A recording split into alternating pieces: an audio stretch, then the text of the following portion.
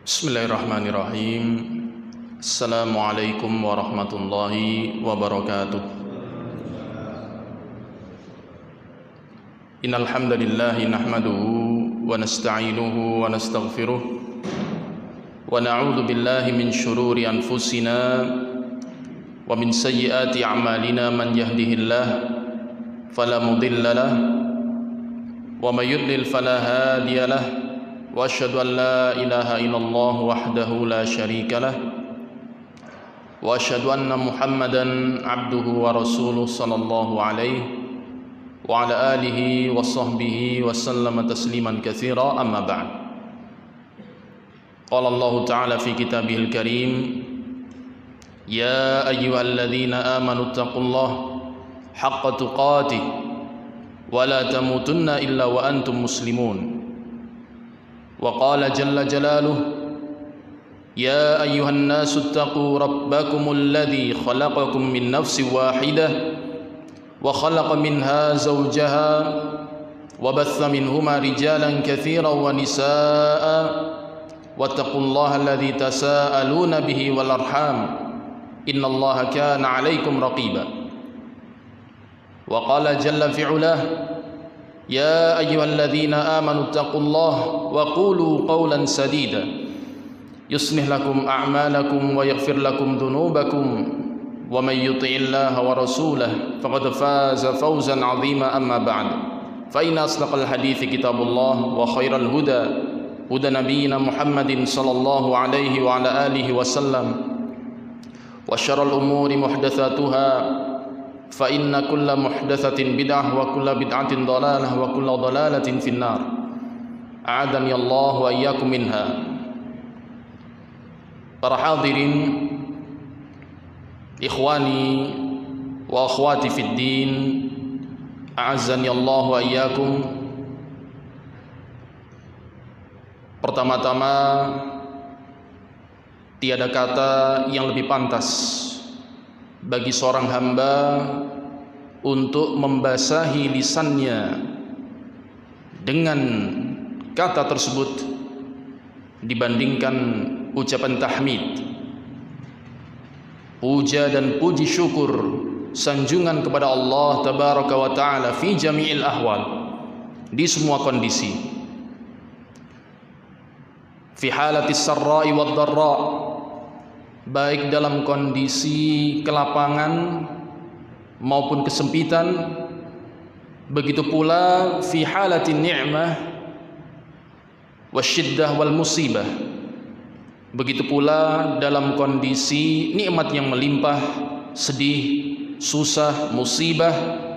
Allah tabaraka wa ta'ala tetap berhak untuk selalu dan senantiasa kita puji, kita sanjung atas segala bentuk limpahan nikmat dan karunia-Nya, dan atas hikmah yang begitu agung dari semua apa yang telah Allah takdirkan kepada kita.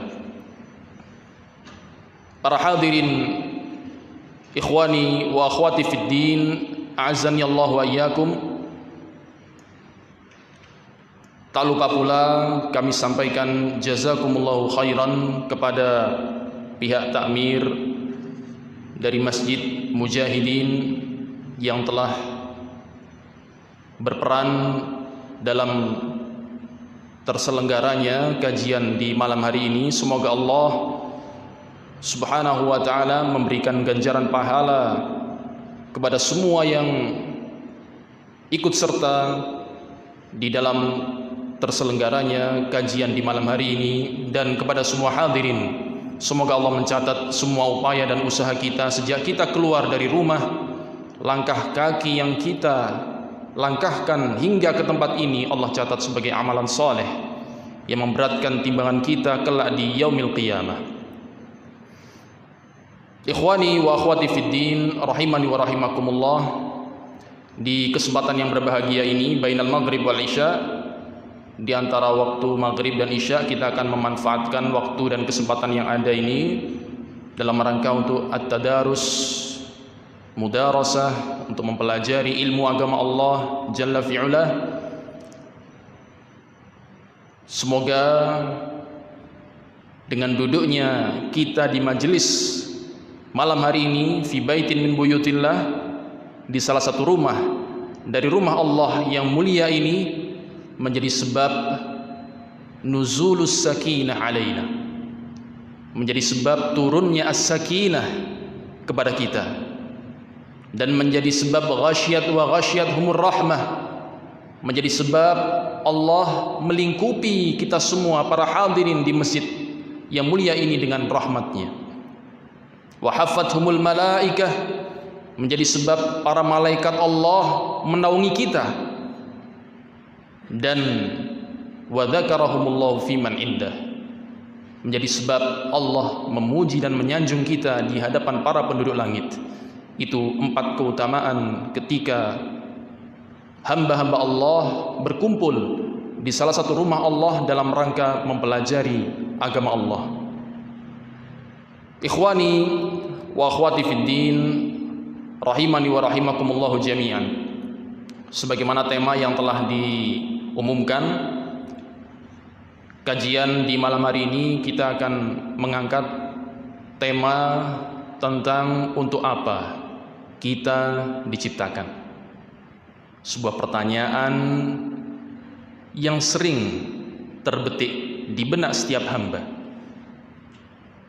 Sebuah pertanyaan yang perlu kepada jawaban yang tepat. Dan insyaallah biidznillah ta'ala, untuk agar pembahasan yang akan kita kaji bersama lebih sistematis, kita akan membaginya menjadi 4 pembahasan. Pembahasan pertama, bahwa kebanyakan hamba lalai dari tujuan penciptaannya. Kalau judul temanya tadi, untuk apa kita diciptakan?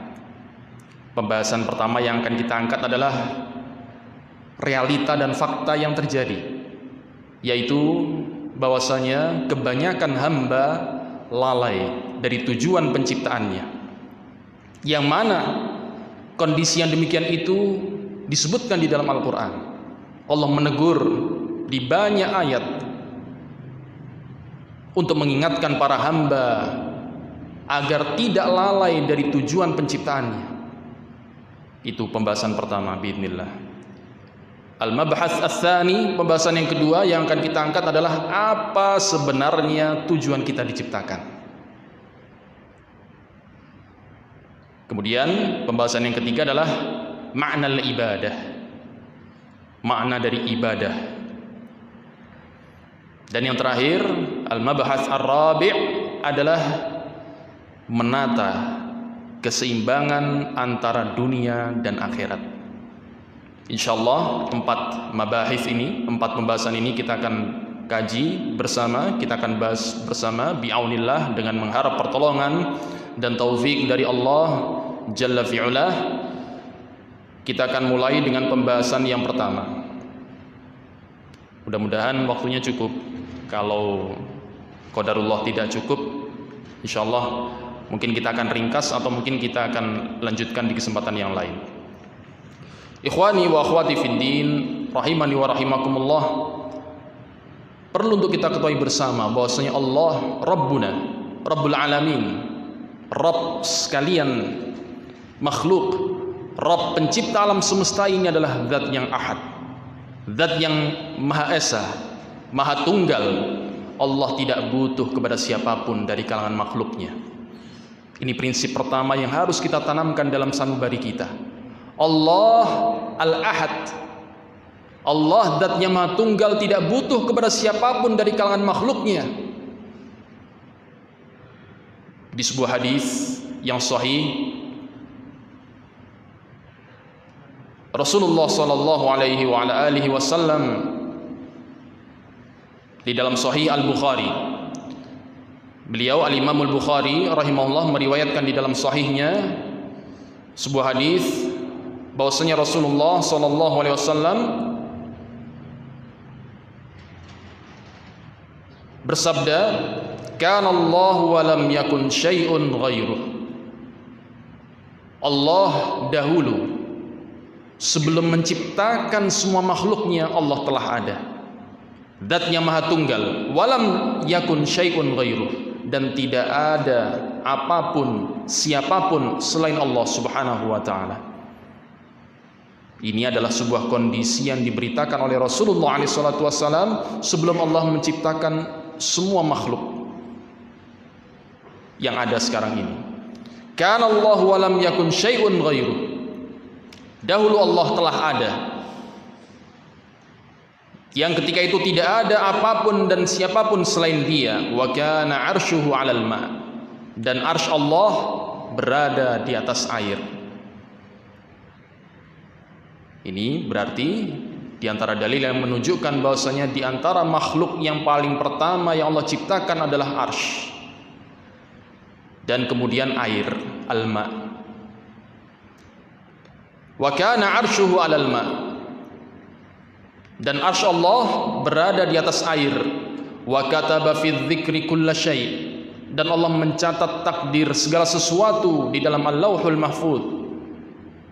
Sebagaimana disebutkan dalam hadis yang lain, kataballahu maqadiral khalaiq qabla an yakhluqas samawati wal ard bi 50 alf sanah. Allah mencatat takdir semua makhluk sebelum Allah menciptakan langit dan bumi 50.000 tahun. Jadi Allah telah menciptakan, Allah telah menulis takdir di Al-Lauhul Mahfuz 50.000 tahun sebelum Allah menciptakan langit dan bumi. Kemudian Rasulullah SAW melanjutkan, wa khalaqa as-samawati wal arda. Baru kemudian setelah itu Allah menciptakan langit dan bumi. Ikhwani wa akhwati fid din, a'azzani Allah wa iyyakum. Inilah Allah Subhanahu wa taala, Rabbul Alamin, tidak butuh kepada siapapun. Dialah Zat yang Maha Tunggal. Kemudian Allah berkehendak dengan takdirnya menciptakan alam semesta, langit dan bumi dan segala sesuatu yang ada di dalamnya. Di dalam ayat Al-Qur'an di surat Qaf ayat yang ke-38, Allah Jalla fi'ula berfirman, walaqad khalaqnas samawati wal arda wama bainahuma fi sittati ayyamin wama massana min lughub. Dan sungguh telah kami ciptakan, kata Allah, as-samawati wal arda, langit dan bumi dan apa yang ada di antara keduanya, langit, bumi dan ruang kosong yang ada di antara langit dan bumi itu Allah ciptakan sittata ayyam, fi sittati ayyam, dalam 6 masa atau 6 hari. Wa ma massana min lughub, dan kami tidak merasakan letih sedikit pun. Jadi perlu kita ketahui dan kita pahami, termasuk ruang kosong yang kita hidup di dalamnya ini, ruang kosong yang berada di antara langit dan bumi, itu adalah ciptaan Allah Subhanahu wa taala. Sebelum Allah ciptakan ini tidak ada. Ruang kosong ini pun tidak ada. Bisa dipahami? Nah. Kemudian dalam ayat yang lain Allah Jalla fi'ula berfirman dalam surat Al-Ahqaf ayat yang ketiga, ma khalaqanas samawati wal arda wa ma bainahuma illa bil haqqi wa ajalin musamma. Kemudian Allah berfirman, tidaklah kami ciptakan langit dan bumi dan segala apa yang ada di antara keduanya kecuali dengan al-haq, dengan kebenaran, dengan hikmah. Bukan sesuatu yang sia-sia, bukan perkara yang abath. Tidaklah kami ciptakan langit dan bumi dan segala apa yang ada di antara keduanya kecuali dengan al-haq, dengan kebenaran, dengan tujuan hikmah yang agung dan dengan ajal yang telah ditentukan. Allah tegaskan lagi di dalam ayat yang lain, di dalam surat Ad-Dukhan ayat 38, wa ma khalaqanas samawati wal arda wa ma bainahuma la'ibin. Dan tidaklah kami ciptakan langit dan bumi dan segala apa yang ada di antara keduanya karena sekedar main-main. Jadi kalau sampai ada yang mengira Allah menciptakan alam semesta, makhluk yang ada di dalam alam semesta ini hanya untuk main-main, maka dia telah berprasangka buruk kepada Allah Subhanahu wa taala. Subhanallahi amma yaqulun, subhanallahi amma yasifun. Allah dalam semua af'alnya, dalam semua perbuatannya, Allah pasti memiliki hikmah balighah, hikmah yang sangat agung. Tinggal kita sebagai hamba mempelajari. Ada hikmah yang bisa kita ketahui dan kita pelajari, dan ada hikmah yang tersembunyi bagi kita. Oleh karena itu, ikhwani fillah rahimani wa rahimakumullah, nabiyuna wa sayyiduna wa rasuluna Muhammad salawatullahi wassalamu alaih disebutkan di antara sunnah yang beliau tuntunkan ketika terbangun dan terjaga di malam hari. Setelah beliau membaca zikir bangun tidur, beliau diriwayatkan selalu membaca ayat ini, yaitu ayat di dalam surat Ali Imran. Inna fi khalqis samawati wal ardi wa ikhtilafil laili wan nahari la ayatin liulil albab. Sesungguhnya di dalam penciptaan langit dan bumi dan bergantinya siang dan malam ada tanda-tanda kebesaran Allah Subhanahu wa taala, tapi bagi siapa? Liulil albab. Hanya bagi orang-orang yang memiliki albab. Bagi orang-orang yang berakal, akalnya masih sehat. Alladzina yatafakkaru, alladzina yadhkuruna Allah qiyaman wa qu'udan wa 'ala junubihim wa yatafakkaruna fi khalqis samawati wal ardi rabbana ma khalaqta hadza batilan subhanak faqina 'adzaban nar. Siapa ulul albab? Siapa orang-orang yang berakal yang Allah maksudkan di dalam ayat ini? Patokannya bukan gelar, patokannya bukan titel. Tidak mesti seorang yang bergelar tinggi, profesor atau PhD, dia termasuk orang yang berakal yang dimaksudkan di dalam Al-Quran. Belum tentu. Allah menyebutkan sifat orang yang berakal itu di kelanjutan ayat ini, di surat Ali Imran 190 sampai 191. Apa kata Allah? Allah melanjutkan, siapa ulul albab? Orang-orang yang berakal, alladzina yadhkurunallaha qiyaman wa qu'udan wa 'ala junubihim, yaitu orang-orang yang senantiasa mengingat Allah, berzikir kepada Allah. Dan zikrullah itu aslul dzikr minal qalb. Asal zikir, asal mengingat itu dari hati, kemudian direalisasikan dengan lisan dan jawarih, anggota badan. Orang-orang yang senantiasa mengingat Allah qiyaman, baik dalam keadaan dia berdiri, wa qu'udan, dalam keadaan dia duduk, wa 'ala junubihim, dan dalam dia keadaan berbaring, dia senantiasa mengingat Allah. Wa yatafakkaruna fi khalqis samawati, dan senantiasa merenungi tentang penciptaan langit dan bumi ini. Dan dia mengatakan, Rabbana ma khalaqta hadza batila, wahai Rabb kami, Engkau tidaklah menciptakan semua ini, alam semesta ini, langit dan bumi dan segala apa yang ada di antara keduanya, batila, sia-sia. Pasti Engkau memiliki hikmah yang agung ya Allah, wahai Rabb kami. Maha suci Engkau dari perbuatan yang sia-sia. Subhanak, maha suci Engkau.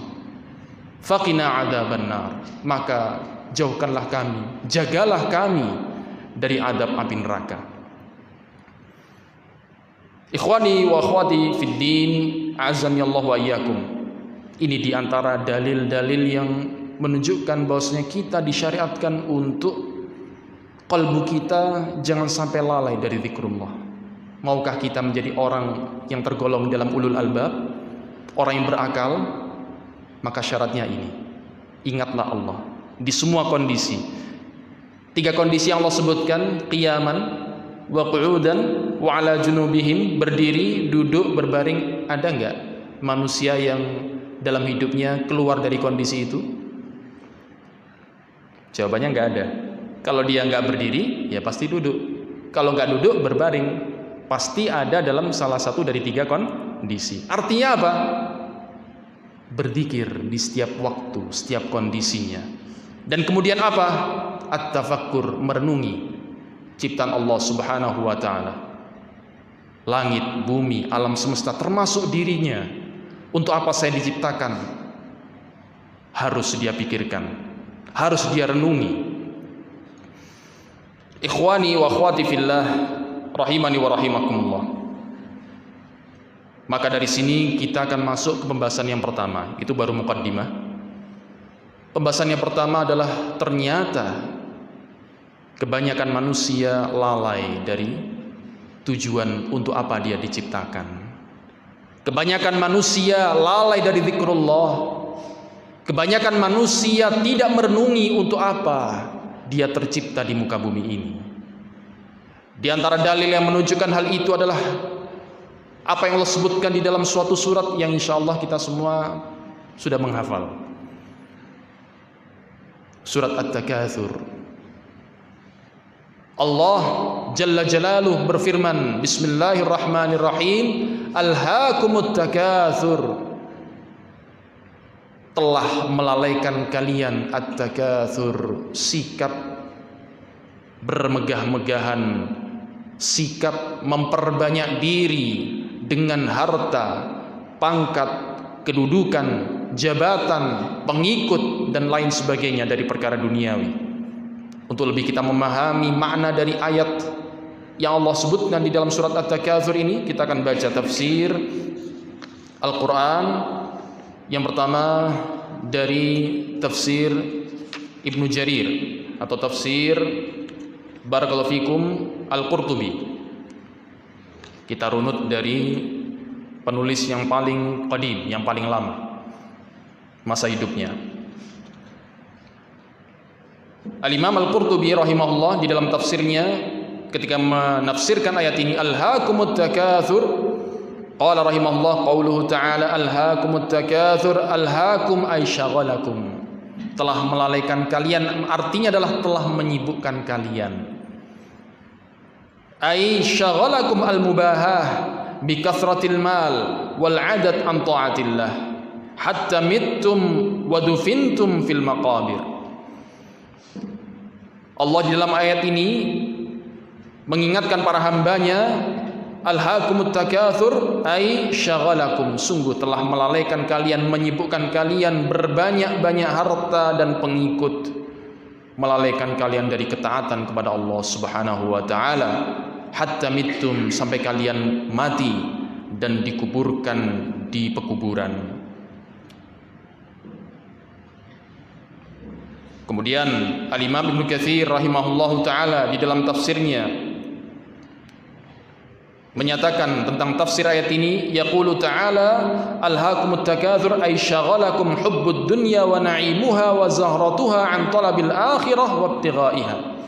Telah menyibukkan kalian kecintaan terhadap dunia, wa na'imuha, kenikmatan duniawi, wa zahratuha, dan perhiasan dunia, telah menyibukkan kalian dari mencari kebahagiaan akhirat dan upaya untuk meraih kebahagiaan akhirat. Wa tamada bikum dzalika hatta ja'akumul maut wa zurtumul maqabir wa surtum min ahliha. Dan hal itu terus kalian larut di dalamnya sampai datang kepada kalian kematian dan sampai kalian masuk ke dalam liang kubur. Wa surtum min ahliha, dan kalian kemudian menjadi penghuni kubur tersebut. Al-Imam As-Sa'di rahimahullah dalam tafsirnya menjelaskan ayat ini, alhaakumut takatsur, telah melalaikan kalian sikap at-takatsur. Qala rahimahullah, yaqulu ta'ala muwabbikhan ibadahu an ishtighalihim amma khuliqu lahu. Subhanallah. Beliau menyatakan, Allah Ta'ala berfirman di dalam ayat ini dalam keadaan Allah mencela hamba-hambanya, muwabbikh, dari kata wabbakh wa yuwabbikhu. Allah dalam ayat ini konteksnya adalah konteks mencela dan menegur hamba-hambanya anishtighalihim, karena kesibukan mereka, kelalaian mereka, amma khuliqu lahu, dari tujuan penciptaan mereka. Dan ini kondisi kebanyakan manusia. Nasallallahu salama wal afiyah. Lalai dari tujuan penciptaannya. Apa sih tujuan penciptaan kita? Disebutkan oleh Al-Imam As-Sa'di dalam kelanjutan tafsirnya, amma khuliqu lahu min ibadatihi wahdahu la syarika lahu wa ma'rifatihi wal inabati ilaihi wa taqdimi mahabbatihi ala kulli syai'.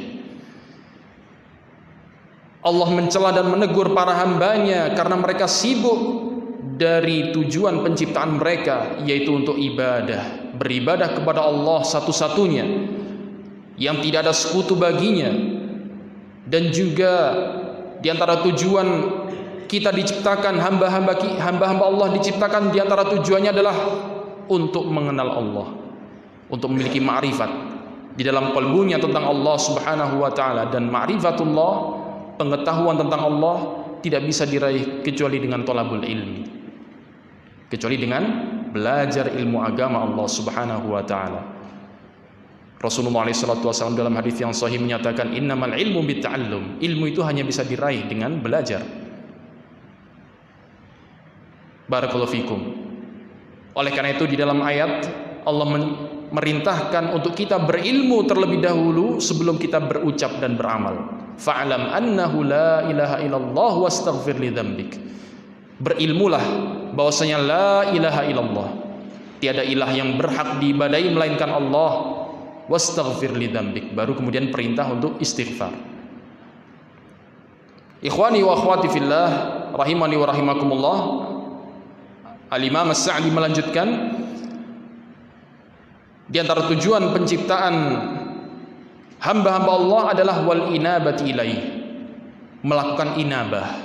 Inabah itu adalah ar-ruju' ilallah bit-ta'ah, kembali kepada Allah. Setiap kali dia lupa, lalai, sibuk dengan dunia, setiap kali dia ingat Allah, dia segera kembali kepada Allah dan segera mengerjakan ketaatan yang Allah Subhanahu wa taala syariatkan. Itu makna dari inabah, ar-ruju' ilallah bit-ta'ah. Karena namanya manusia itu pasti lalai. Sumyal insanu insanan li'annahu nassa. Manusia dinamakan insan karena pelupa. Maka diantara ibadah yang disyariatkan adalah ketika seorang hamba lupa kemudian ingat, maka hendaknya dia berinabah, yaitu segera kembali kepada Allah dengan ketaatan. Wa taqdimi mahabbatihi ala kulli syai'. Ini yang sangat berat. Di antara tujuan penciptaan kita, hamba-hamba Allah, adalah taqdimu mahabbatillah ala kulli syai', mengedepankan cinta kepada Allah di atas segala sesuatu. Allah lebih dicintai dibandingkan siapapun dari kalangan makhluknya. Ini yang butuh kepada mujahadah, butuh kepada ilmu, dan butuh kepada mujahadah. Alhaakum, telah melalaikan kalian wahai manusia, an dzalikal madhkur, melalaikan kalian dari tujuan penciptaan kalian, at-takatsur, sikap memperbanyak diri, bermegah-megahan, walam yadhkur al-mutakatsir bihi. Dan Allah dalam ayat ini tidak menyebutkan secara spesifik, secara detail perkara apa yang kebanyakan hamba itu berbanyak-banyakan dengannya, bermegah-megahan dengannya. Apa sih perkara yang kebanyakan manusia bermegah-megahan dengannya? Tidak Allah sebutkan dalam ayat ini secara spesifik. Dan di situ ada faidah. Beliau sebutkan walam yadhkur al-mutakatsir bihi. Allah tidak menyebutkan perkara yang manusia bermegah-megahan dengannya dalam ayat ini secara spesifik, liyashmal dzalika kulla syai', liyashmal dzalika kulla ma yatakatsaru bihi al-mutakatsirun wa yaftakhiru bihi al-muftakhirun, agar mencakup segala sesuatu yang manusia bermegah-megahan dan mengumpulkan, memperbanyak diri dengannya, yang manusia itu kemudian berbangga diri dengan hal tersebut. Minat takatsur fil amwal, baik bermegah-megahan, mengumpulkan, memperbanyak diri dalam perkara amwal, harta. Dia perbanyak diri dalam urusan hartanya. Punya rumah satu kurang, pengen nambah jadi dua. Sudah punya dua, pengen nambah jadi tiga. Sudah punya mobil satu, masih kurang, butuh tambah lagi dua. Sudah punya dua, wah ini kok kurang bagus. Tetangga ada yang mobilnya lebih bagus, lebih canggih, dia pingin. Itu ujian manusia di dunia, diuji dalam hal harta, wal aulad, anak-anak, wal ansor, para pendukung dan para pengikut, diuji dengan ini. Kalau pendukungnya sedikit dia sedih, pengikutnya sedikit dia sedih, maka dia berupaya dengan segala cara, bahkan naudzubillah sampai berani melanggar batasan-batasan Allah demi untuk mencari pengikut dan pendukung. Ini termasuk apa? At-takatsur, sikap memperbanyak diri dan bermegah-megahan yang Allah cela di dalam ayat ini. Wal junud, bala tentara yang siap membela dia. Wal khadam, wal jah, memperbanyak diri dan bermegah-megahan dalam hal pelayan-pelayan. Dan al jah, jabatan, kedudukan di mata manusia. Wa ghairu dzalika mimma yuqsadu minhu mukatsaratu kulli wahidin lil akhar. Dan segala sesuatu yang dimaksudkan dengannya memperbanyak diri dan bermegah-megahan serta membanggakan diri antara satu dengan yang lain. Walaisal maksud minhu wajh Allah.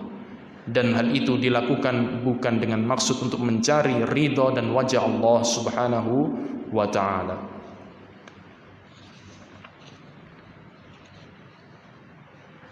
Ini realita dan fakta yang terjadi. Maka tentunya seorang hamba ketika menyadari hal ini, dia harus segera terbangun dari tidurnya. Dia harus segera sadar untuk dia kemudian segera mempelajari, merenungi, bertafakkur, dan juga talabul ilmi, mempelajari sebenarnya untuk apa saya diciptakan. Dan itu butuh kepada ilmu.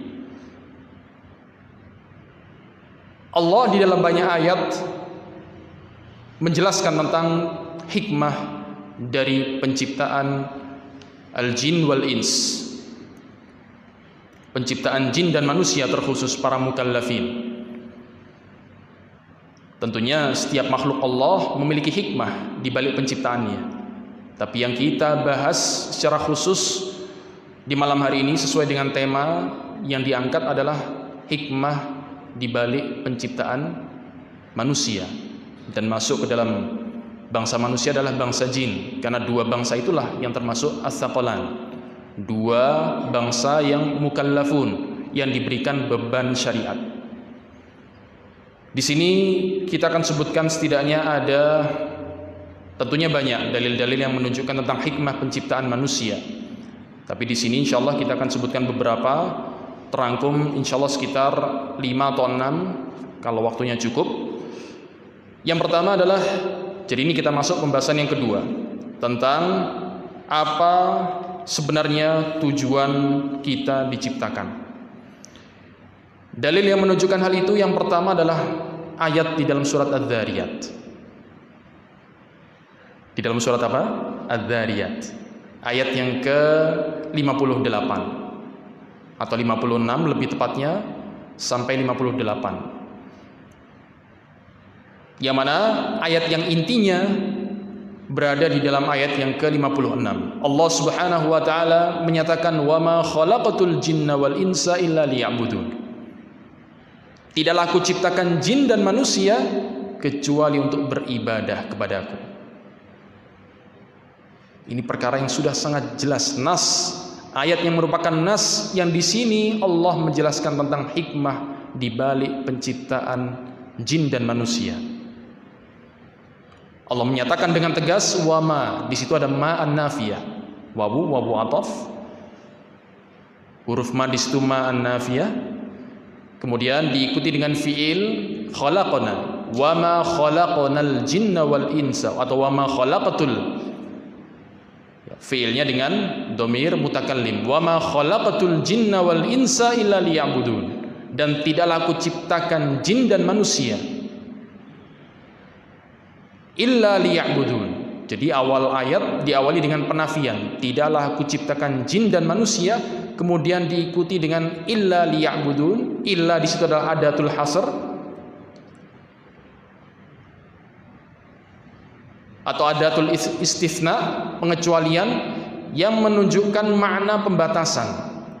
Tidaklah aku ciptakan jin dan manusia kecuali untuk beribadah kepadaku. Maka ini menunjukkan bahwasanya liya'budun itulah satu-satunya tujuan Allah Subhanahu wa taala menciptakan apa? Jin dan manusia.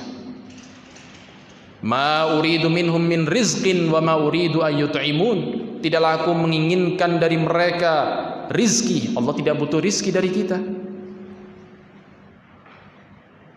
Wa ma uridu ayyut'imun, dan tidak pula aku menghendaki dari mereka agar mereka memberikan makan kepadaku. Allah tidak butuh itu semua. Yang Allah maukan dan Allah kehendaki dari penciptaan kita adalah untuk kita beribadah kepada Allah Subhanahu wa taala. Tapi perlu kita ingat juga, Allah pun tidak butuh kepada ibadah kita. Jangan sampai ada yang salah kira, salah paham. Oh, Allah, tujuan Allah, hikmah Allah ketika menciptakan jin dan manusia adalah untuk ibadah. Apakah kemudian Allah butuh kepada ibadah kita? Jawabannya, la. Allah tidak butuh kepada ibadah kita. Tadi prinsip yang sudah kita tegaskan di awal. Allah Al-Ahad. Allah Maha Esa, Maha Tunggal, tidak butuh kepada siapapun, termasuk kepada kita, jin dan manusia, bahkan termasuk kepada ibadah kita sekalipun Allah tidak butuh. Oleh karena itu dalam sebuah hadis yang sahih, Rasulullah menegaskan hal ini. Laukana insukum wa jinnukum. Kalau seandainya semua bangsa manusia dan jin seluruhnya dari awal penciptaan, dari manusia yang pertama, jin yang pertama sampai manusia yang terakhir dan jin yang terakhir, ala atqa qalbi rajulin wahidin minkum ma zada fi mulkillahi syai'an. Kalau seandainya semua manusia, semua bangsa jin, dari manusia dan jin yang pertama sampai manusia dan jin yang terakhir memiliki hati, qalbu yang paling bertakwa, siapa manusia yang paling bertakwa? Jawabannya siapa? Yang keras? Rasulullah SAW, Nabiuna wa Sayyiduna Muhammad SAW. Bayangkan, seandainya semua manusia, semua jin ketakwaannya setingkat dan selevel dengan Rasulullah Nabiuna Muhammad SAW, bisa terbayang kondisi yang seperti itu pun mazada fi mulkillahi syai'an, tidak menambah kerajaan Allah sedikit pun. Allah tidak butuh kepada ketakwaan kita, ibadah kita. Allah tidak butuh. Kita yang butuh kepada ibadah. Kita yang butuh untuk beribadah kepada Allah Subhanahu wa taala. Itu yang harus kita pahami dengan baik. Sebaliknya, kata Rasulullah dalam hadis tadi, kalau seandainya semua bangsa jin dan manusia dari yang pertama sampai yang terakhir ala afjari qalbi rajulin wahidin minkum, hatinya, qalbunya berada dalam kondisi qalbu yang paling jahat, yang paling rusak sekalipun, semua manusia dan jin seluruhnya seperti itu kondisinya, mana qasafi mulkillahi syai'an, tidak mengurangi sedikit pun kerajaan Allah Subhanahu wa taala, karena Allah tidak butuh. Apa makhluk mukallaf yang paling rusak qalbunya, yang paling jahat qalbunya? Iblis, laknatullah alaih. Seandainya semua bangsa jin dan manusia dari awal sampai akhir kondisinya seperti iblis, tidak mengurangi kerajaan Allah sedikit pun. Allah tidak butuh. Ikhwani wa akhwati fid din, a'azzani Allah wa iyyakum. Ini ayat yang pertama yang menunjukkan tentang apa sebenarnya tujuan penciptaan kita, yaitu apa? Al-ibadah.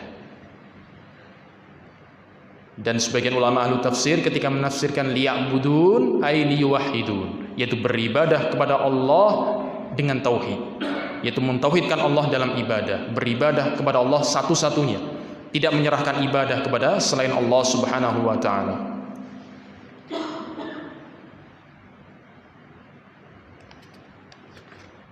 Kemudian, karena waktu yang terbatas jadi kita ringkas, kita langsung masuk ke ayat yang kedua yang menunjukkan tujuan penciptaan kita, yaitu di dalam surat Al-Hijr ayat yang terakhir, ayat 99. Allah Subhanahu wa taala memerintahkan rasulnya, nabinya, dan tentunya khitab ini, perintah ini juga berlaku kepada umat Rasulullah SAW. Allah Subhanahu wa taala menyatakan wa'bud rabbaka hatta ya'tiyakal yaqin.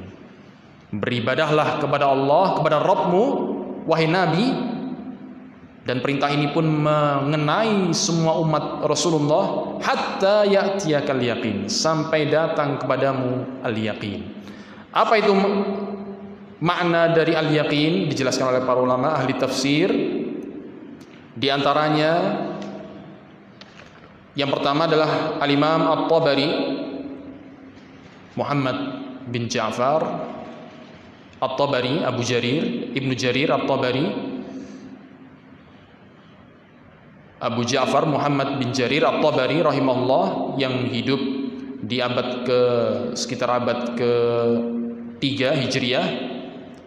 Beliau menyatakan tafsir ayat ini, yaqulu ta'ala dzikruhu li nabiyhi sallallahu alaihi wasallam. Allah taala berfirman kepada nabinya Nabi Muhammad alaihi salatu wasallam, memerintahkan beliau untuk wa'bud rabbaka hatta ya'tiyakal maut.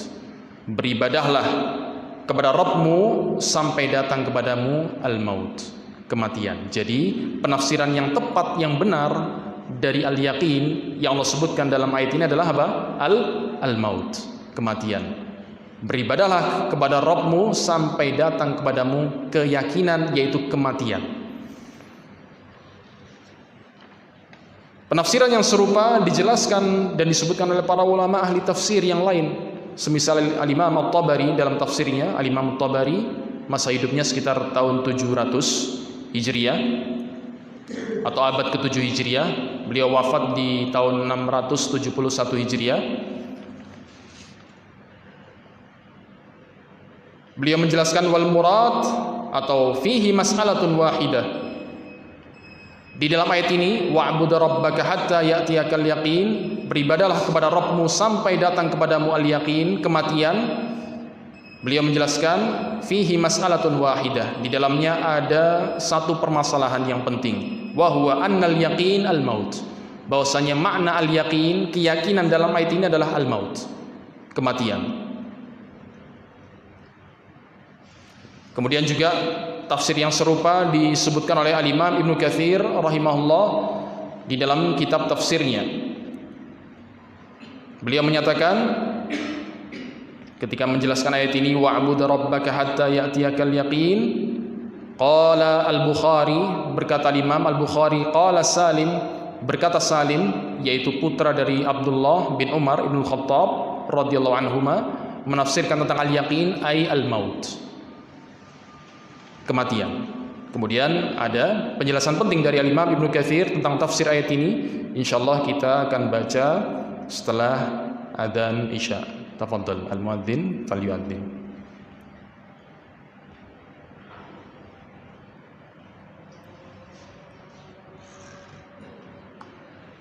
Allahu akbar.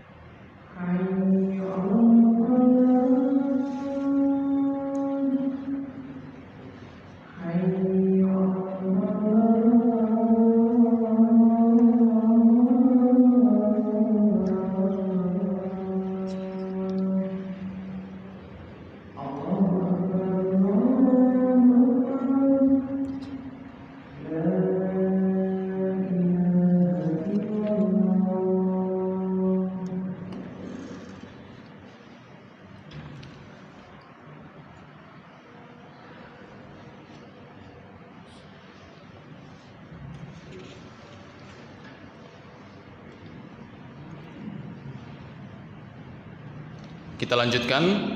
Berkata Imam Ibnu Katsir rahimahullah ketika menafsirkan ayat tadi, wa'bud rabbaka hatta ya'tiyakal yaqin, beribadalah kepada Rabbmu sampai datang kepadamu al-yaqin. Beliau menyatakan wa yustadallu biha ala takhtiyati man dhahaba minal malahidah ila anna al-murad bil yaqin al-ma'rifah. Ayat ini bisa dijadikan dalil dan merupakan dalil yang menunjukkan salahnya pemikiran yang dianut oleh kaum Malahidah ila anna al-murad bil yaqin al-ma'rifah, bahwasanya yang dimaksud dengan al-yaqin adalah ma'rifat. Famata wasala ahaduhum ila al-ma'rifah saqata anhu taklif indahum. Mereka meyakini, kaum Malahidah tadi, ketika seseorang sudah mencapai tingkatan ma'rifah, maka telah gugur taklif, beban syariat darinya. Maka kata Al-Hafidz Al-Imam Ibnu Katsir rahimahullah Syafi'i, beliau menyatakan wa hadza kufrun wa dhalalun wa jahlun. Ini adalah murni kufrun, dhalal dan jahl. Fa innal anbiya, kemudian beliau menjelaskan di antara alasan dan argumentasi yang tidak bisa terbantahkan.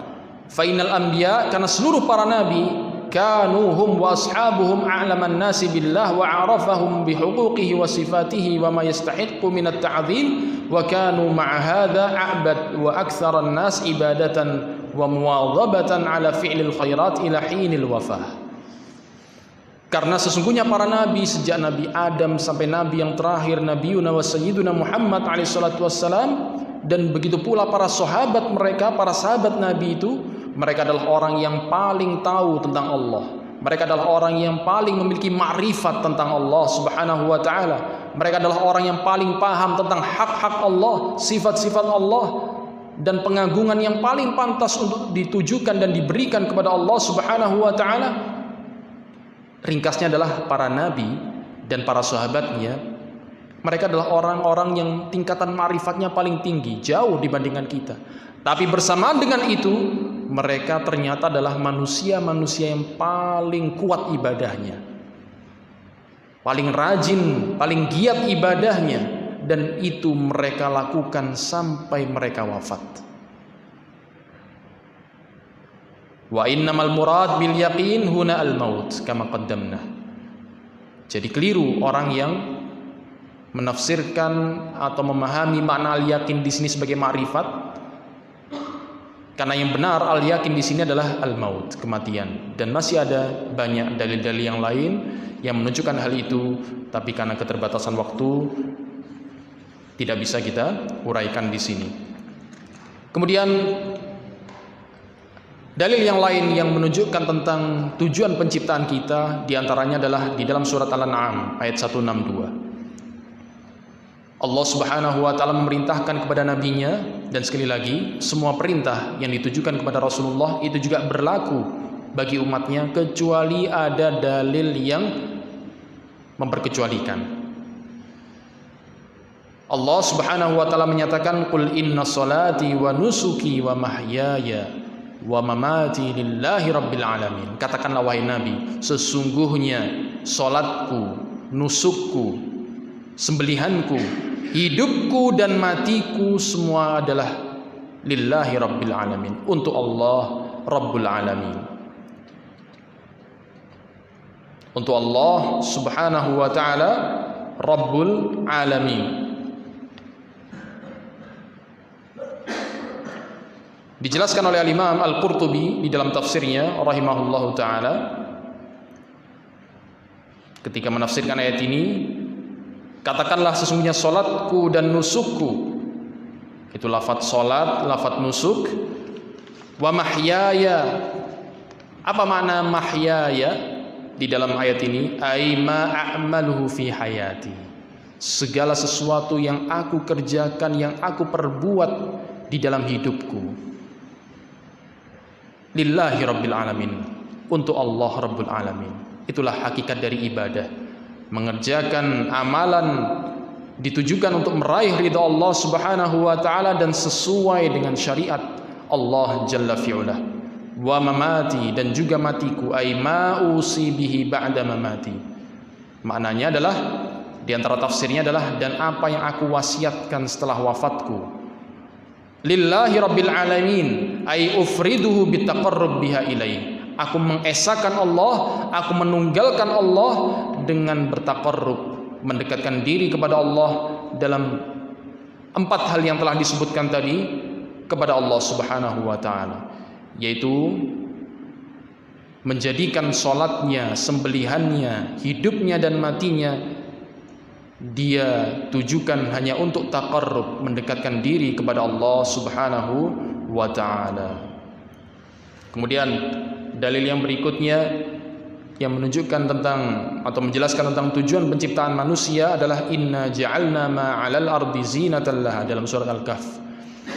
Allah Subhanahu wa taala berfirman, inna ja'alna ma 'alal ardi zinatan laha linabluwahum ayyuhum ahsanu amala.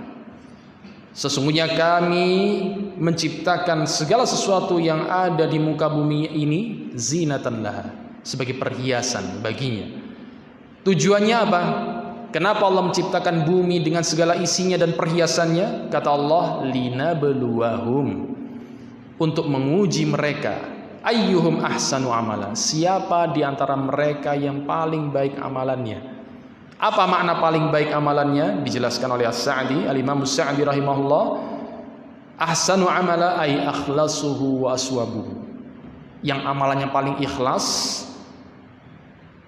paling mengharap ridha Allah satu-satunya, wa aswabuhu, paling benar, paling sesuai dengan syariat Allah Subhanahu wa taala yang bersumber dari Al-Qur'an dan As-Sunnah An-Nabawiyah. Jadi tujuan Allah menciptakan bumi dengan perhiasan yang ada di dalamnya adalah untuk menguji manusia, siapa yang paling baik ibadahnya. Ibadah yang paling baik adalah yang paling ikhlas dan paling sesuai, paling mencocoki syariat Allah Subhanahu wa taala. Ayat ini juga serupa dengan apa yang disebutkan di dalam surat Al-Mulk. Allah Subhanahu wa taala berfirman, alladzi khalaqal mauta wal hayata liyabluwakum ayyukum ahsanu amala. Allah lah yang telah menciptakan kematian dan kehidupan untuk menguji kalian, siapa di antara kalian yang paling baik amalannya. Allah tidak sebutkan aktsaru amala, Allah tidak menyebutkan yang paling banyak amalannya, bukan, tapi ahsanu amala, yang paling baik amalannya, bukan paling banyak. Banyak amalan belum tentu baik, karena bisa jadi banyak amalan tapi tidak ikhlas. Giat beramal, giat melakukan ketaatan tapi tidak ikhlas. Banyak beramal tapi tidak sesuai dengan syariat Allah Subhanahu wa taala, tidak sesuai dengan sunnah Rasulullah alaihi salatu wassalam. Maka yang seperti itu rugi pelakunya. Allah nyatakan dalam ayat ini ahsanu amala, siapa di antara kalian yang paling baik amalannya.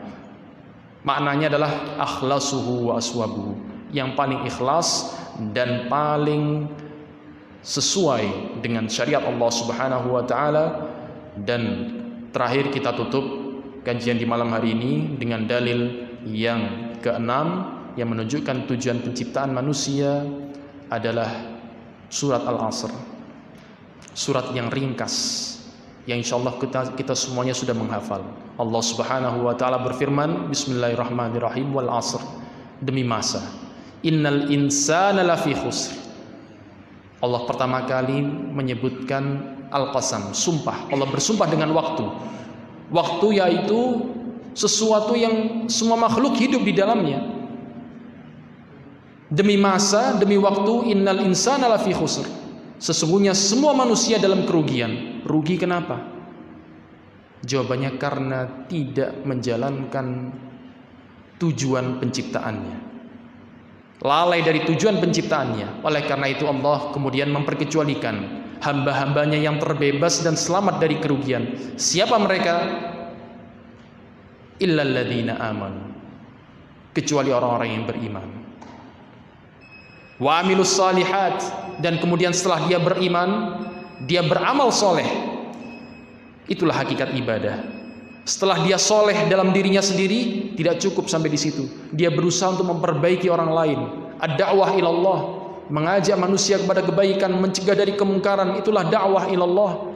Berdakwah kepada Allah, itu juga ibadah. Wa tawasaw bil haq, saling berwasiat dengan kebenaran. Wa tawasaw bis sabr, dan saling berwasiat, saling menasehati dengan kesabaran. Bersabar untuk tetap beriman, sabar untuk terus beramal soleh, dan sabar untuk saling berwasiat dengan kebenaran. Itulah 4 sifat yang dengannya kita akan selamat dari kerugian yang mana keempat sifat itu adalah hakikat ibadah. Ibadah itulah iman, amal soleh, ad-da'wah ilallah subhanahu wa ta'ala dengan kebenaran dan dengan kesabaran. Mungkin ini yang bisa kita kaji di malam hari ini. Tersisa 2 pembahasan tentang makna ibadah dan juga tentang bagaimana menata keseimbangan antara dunia dan akhirat. Karena keterbatasan waktu, qadarullah tidak bisa kita bahas di malam hari ini. Mudah-mudahan bisa kita kaji di kesempatan yang lebih baik biidznillah ta'ala. Demikian yang bisa kami sampaikan, kurang lebihnya mohon maaf. Wallahu ta'ala a'lam bishawab. Wa sallallahu wasallam wa baraka ala nabiyyina Muhammad wa ala alihi wa sahbihi ajma'in. Wassalamualaikum warahmatullahi wabarakatuh.